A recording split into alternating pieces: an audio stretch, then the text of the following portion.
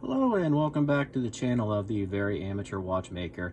And today I wanted to do a little video on this problem I've been having in restoring this Omega Caliber 252. Now this is a vintage watch. It's circa 1950-52-ish. But the movement came in pretty decent condition. I had to fix a few things, source some new parts. I had everything back together, but what was happening was the balance would spin for a little while and then all of a sudden stop. So I tore the movement apart, cleaned everything again, put it back together, same problem. Even went as far as replacing the hairspring on the balance, which turned out really well. Everything's working, put everything back together, and still the same problem. So what I did was I went to the microscope and found the problem, and it was actually a twofold problem.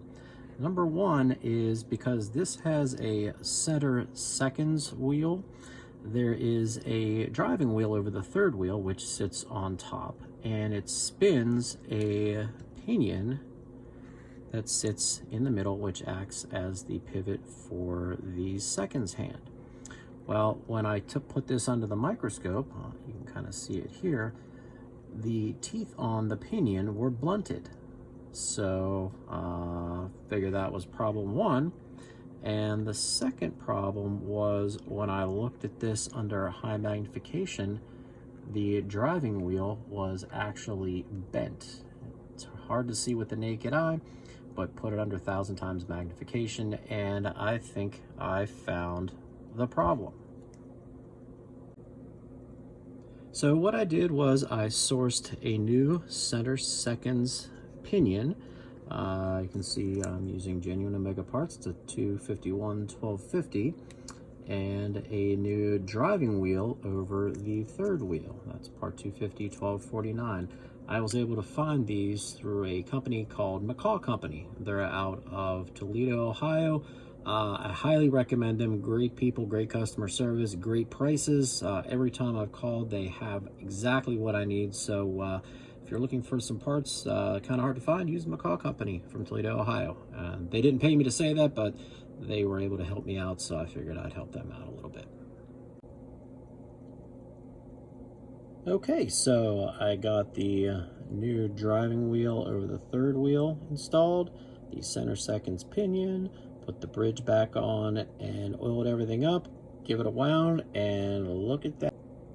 Okay, so I got the new driving wheel over the third wheel installed, the new center seconds pinion installed, put the bridge back on, and lubricated that pivot, and look at that thing run. So apparently that was the problem.